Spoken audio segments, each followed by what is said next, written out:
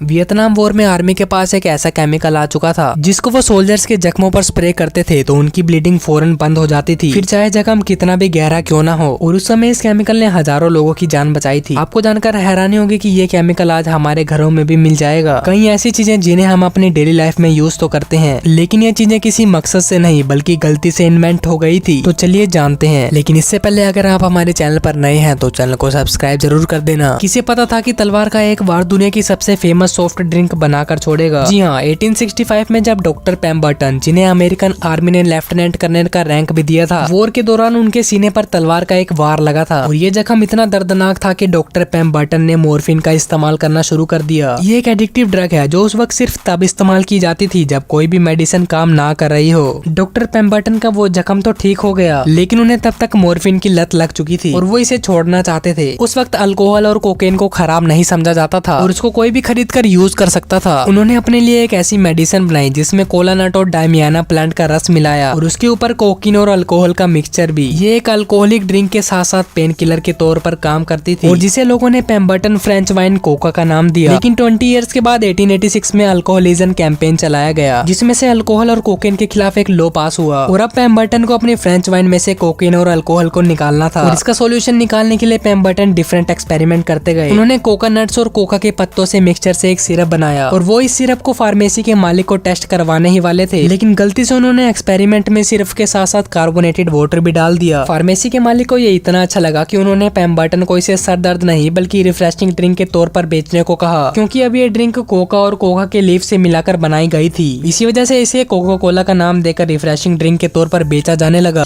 अपने जूते, लैपटॉप या फिर मोबाइल कवर में लगी ये चीज तो देखी होगी। दरअसल इसे हुक एंड लूप टेप कहते हैं। लेकिन क्या आपको पता है कि इसके इन्वेंशन का आइडिया एक ऐसे मौके पर हुआ था जब 1941 में जॉर्ज डी मेस्ट्रल एल्प्स के पहाड़ों पर अपने कुत्ते के साथ हाइकिंग करने निकले थे और वॉक करते समय बर्डॉग प्लांट के सीड उनके कपड़ों और उनके कुत्ते से बार बार चिपक रहे थे और वो बर्डॉग प्लांट के कुछ सीड अपने घर पर ले आए, जहाँ उनको माइक्रोस्कोप से देखा और रिसर्च करने पर पता चला कि इस सीड की टिप हुक की तरह बनी हुई है जो कपड़ों पर मौजूद छोटे छोटे लूप्स पर आसानी से फंस जाती है। ये प्लांट कुदरती तौर पर ऐसे ही बना है कि ये अपने सीड्स को पास से गुजरने वाले जानवरों के जरिए फैलाता है। जॉर्ज को ये तरीका काफी हैरान करने वाला लगा और 1955 में उन्होंने इस इन्वेंशन को अपने नाम से पब्लिक करवा लिया। हुक एंड लूप सिर्फ दो हिस्सों में आती है, एक में सिर्फ हुक्स होते हैं और दूसरी टेप में नायलॉन के लूप्स बने होते हैं। ये दोनों टच करते वैसे ही चिपक जाते हैं जैसे बर्डॉग सीड्स कपड़े पर चिपकते हैं।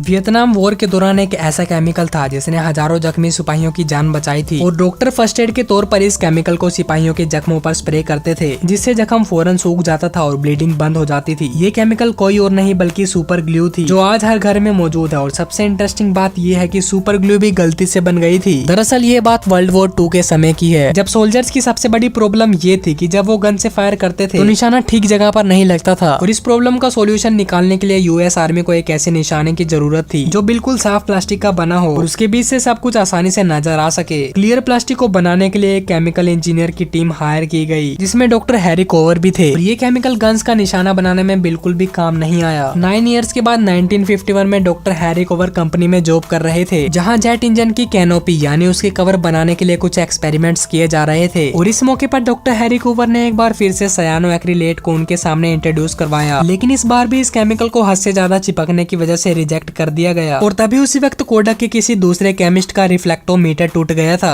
तो डॉक्टर हैरी कोवर को आइडिया आया कि उनके पास इसका सोल्यूशन है। उन्होंने इस केमिकल की मदद से उनका महंगा रिफ्लेक्टोमीटर सेकंडों में जोड़ दिया और 1958 में इस केमिकल को कोडक ने ईस्टमैन 910 के नाम से बेचना शुरू कर दिया।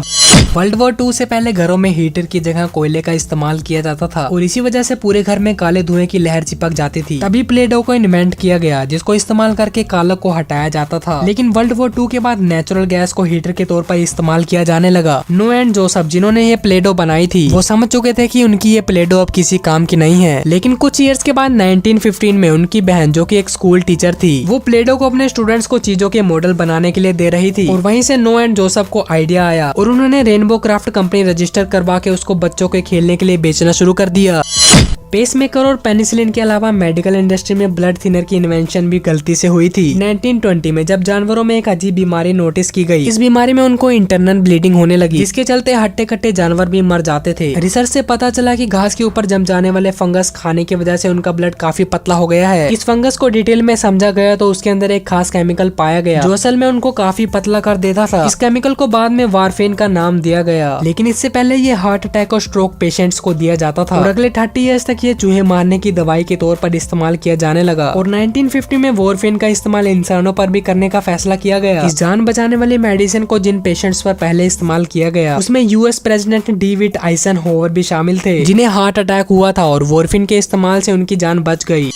इंसानों की सबसे बड़ी कामयाबी आग को जलाना थी और जब से इंसान आग को जलाना सीखे हैं इस प्रोसेस को और भी आसान करते जा रहे हैं। माचिस से पहले आग जलाना एक बहुत ही मुश्किल काम हुआ करता था। कोई पत्थर रगड़कर आग जलाता था तो कोई लकड़ी की स्टिक को दूसरी स्टिक पर रखकर। 1827 में एक ब्रिटिश फार्मासिस्ट जॉन वॉकर कुछ केमिकल्स के साथ एक्सपेरिमेंट कर रहे थे। वो जिस स्टिक से केमिकल मिक्स कर रहे थे उन्होंने वो गलती से एक रूम में बोन फायर के बराबर में रख दी और लकड़ी पर लगे केमिकल में फौरन आग लग गई और उन्हें इसी के बाद मैस्टिक्स बनाने का आइडिया आया। ये केमिकल पोटेशियम क्लोराइड और एंटीमनी सल्फाइड का मिक्सचर था। जॉन वॉकर की इन्वेंशन इतनी ज्यादा कामयाब हुई थी तब से लेकर आज हर घर में माचिस जरूर होती है, लेकिन जॉन वॉकर ने ये इन्वेंशन पेटेंट नहीं करवाई थी। लोगों ने इस फॉर्मूले को कॉपी करके माचिस के नए नए वर्जन्स बनाना शुरू कर दिए और 1859 में जब उनकी मौत हो गई तो उसके बाद से उसको मैचस्टिक का इन्वेंशन माना जाने लगा। दोस्तों आपको ये वीडियो कैसी लगी कमेंट सेक्शन में जरूर बताना और ऐसी अमेजिंग वीडियोस के लिए शेयर सब्सक्राइब एंड लाइक।